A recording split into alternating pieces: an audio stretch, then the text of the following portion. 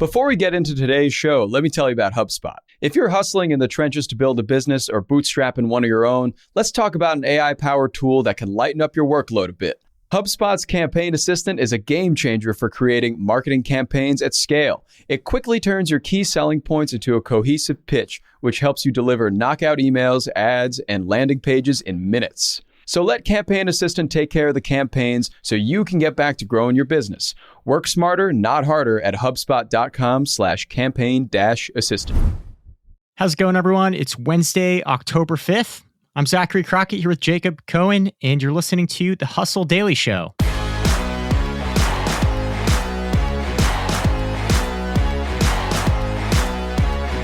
Today, we're talking two stories. First off, streaming bundling is coming. What the heck's that going to look like? Is it going to be like cable? Is it going to be its own thing? We're going to talk through that.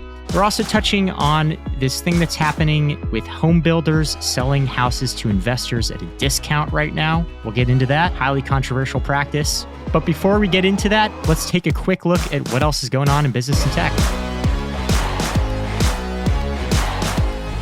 Elon Musk has reportedly changed his mind on Twitter yet again. New reports say that he might proceed with his 54.20 share buyout after all, but it is Elon Musk, so I wouldn't place any bets just yet. The EU voted 602 to 13 in favor of a universal charger for mobile devices, meaning that iPhones will likely have to switch to USB-C, and that's great news for the dongle overlords at Apple. Airbnb users say that algorithms are banning them over super minor offenses like unleashed dogs and things of that nature. Micron could spend up to $100 billion on a New York semiconductor factory that would boost domestic supply and add 50,000 jobs. And lastly, Amazon announced a pause on its corporate hiring in its retail division through the end of the year. All right, JC, so you've got your eye on this story about streaming bundling, and this is pretty interesting stuff. Obviously, the big TV cable networks have been bundling stuff for years, but what's the deal here? What might a streaming bundle look like? Yes. So actually, I think what I want to emphasize as part of this story is that this discussion, I think, is overplayed. So if you were to subscribe today to all of the big streaming services offered, you'd probably be paying more for that, probably over $90 a month or so, right, than the average price for a cable bill in the US. You're talking, Netflix, Hulu, Disney Plus, all these disparate networks that you have to get. If you were to stack them all up, which frankly a lot of people are doing more and more of, right, you would pay more than you would pay for cable on average.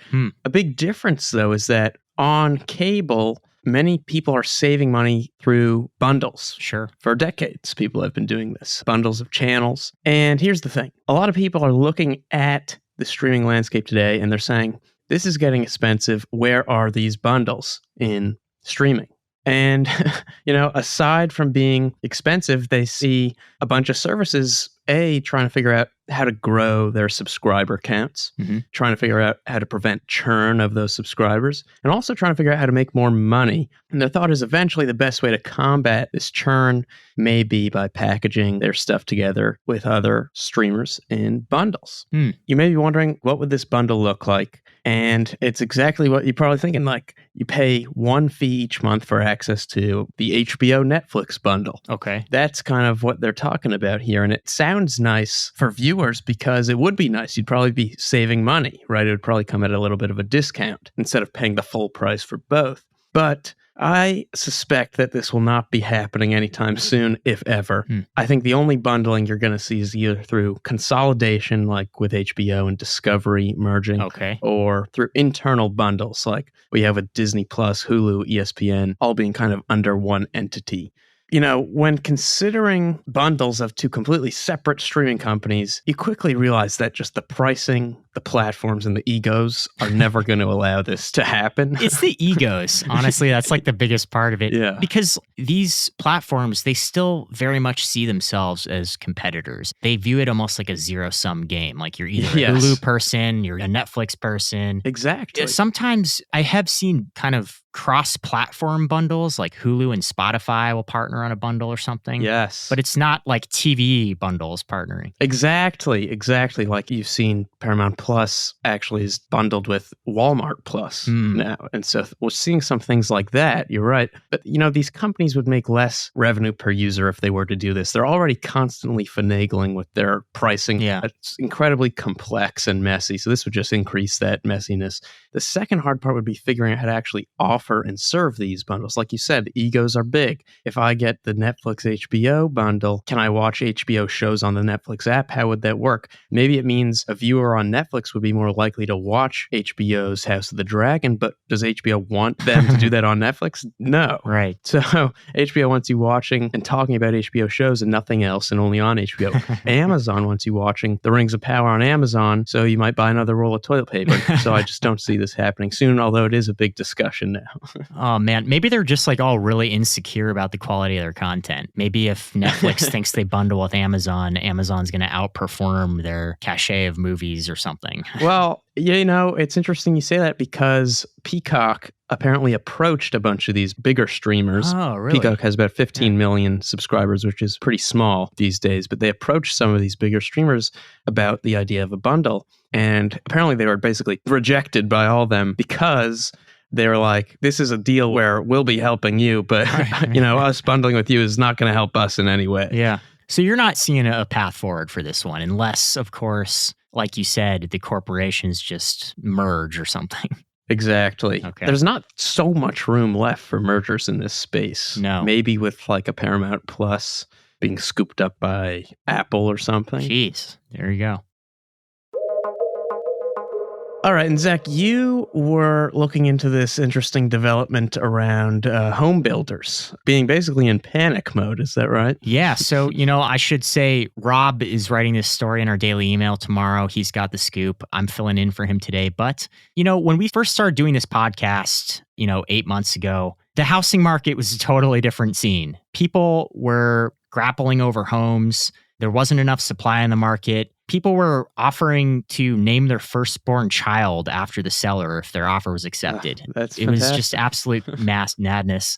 Today, though, we're seeing a much different market. Builders are having a very hard time finding buyers who want to buy all these houses they've been building. The Wall Street Journal had this story, and there are a few things that have led to this. Obviously, mortgage rates have jumped from 3% to 6.7% last week. That's a 15-year high. And that kind of comes with two downstream consequences. One, demand for mortgages has dropped about 30% year over year in September. And two, these builders are increasingly skeptical that single family buyers, average American families, are going to get approval for financing with these higher rates. A doubling of the rate raises the mortgage payment by a tremendous amount of money. So a lot of people are priced out right now, and all of these homes that home builders were working on to help alleviate this housing crisis are sitting on the market. Yeah, that's no good. Yeah. It's interesting, when you're looking at markets like housing that are so big, that's where these things kind of happen, where you have these like lagging effects. Sure. That you're trying to fix a problem and then you end up over time actually making a problem worse in a different direction. You kind of just like the pendulum just kind of swings back and forth. That's exactly right. It's like growing Christmas trees or something. Like you plant a Christmas tree and it takes 10 years for it to show up in that lot at Home Depot. Right. And if 10 years ago, Christmas tree farmers had a drought, then today you're not going to be able to get a Christmas tree for a fair price. Exactly. Well, in terms of housing, do we have any idea where this is going to go? Is it going to continue to worsen? Yeah. So here's where the debate comes in. Obviously, a big frustration for a lot of first-time home buyers has been that not only do they have to compete with other families in competitive markets to get houses, overbidding on homes by tens of thousands or even hundreds of thousands of dollars, they also have to compete with investors, institutional investors like BlackRock or smaller companies that snatch up dozens of homes in certain markets. And typically what happens is home builders who build homes in bulk will often strike deals with these investors, and they'll offer to sell them sort of wholesale, I guess, for 10 to 15% discount. But right now, because of the lack of demand, a lot of these home builders are offering investors discounts of up to 20% just to take the inventory off their hands. What that means, obviously, is these investors, they have the capital in cash to buy these homes. Yeah. It's a lot easier for them just to look at the numbers in a spreadsheet and make an instantaneous decision to buy a house. And if they're getting a 20% discount, that makes it even harder for families to compete in this market to get the homes. That's why we're going to be renting forever, Zach. We're going to be renting forever, man. And unfortunately, some analysts think that this problem could worsen a little bit. There's two trends at play here for builders. One is that homes under construction were up 14% year over year. So supply is going up, but demand is going down. Two is that investor purchases are already down, and increasing rates just makes financing those homes even harder. Mm-hmm. So what we could see here is even steeper discounts to builders. Home builders might be left out in the lurch a little bit here, alongside prospective single-family home buyers.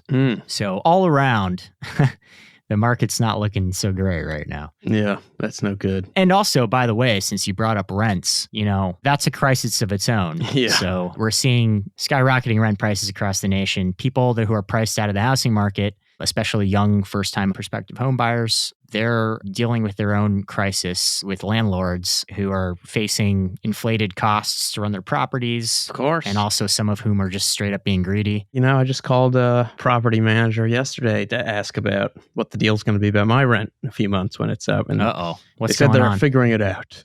That's not good, JC. I know. You don't want to hear that. You don't want to hear we're figuring it out from your landlord. Right. I should have demanded them to tell me now. But I love the housing market because I just think there's so many different little connections that have humongous impacts that you'd never really expect. And I think one that people might find interesting is a connection between housing and the price of milk at the grocery store.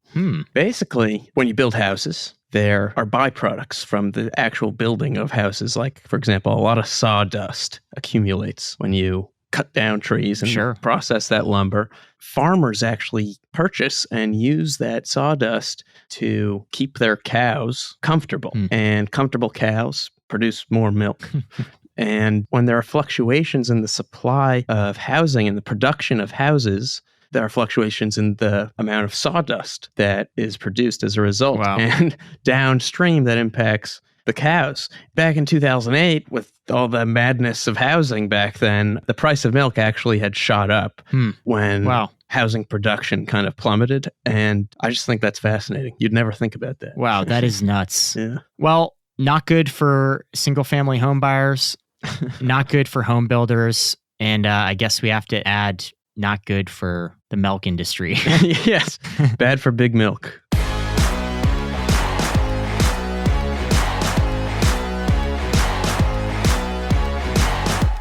All right, everyone. That's going to do it for us today. Thanks for tuning into the Hustle Daily Show. We're a proud part of the HubSpot Podcast Network. Our editor today is Robert Hartwig, and our executive producer is Darren Clark. We've got a lot more tech and business coverage in our newsletter. If you're not subscribed, go get yourself signed up at thehustle.co/email. That's thehustle.co/email. Have a great day, and we'll catch you all tomorrow.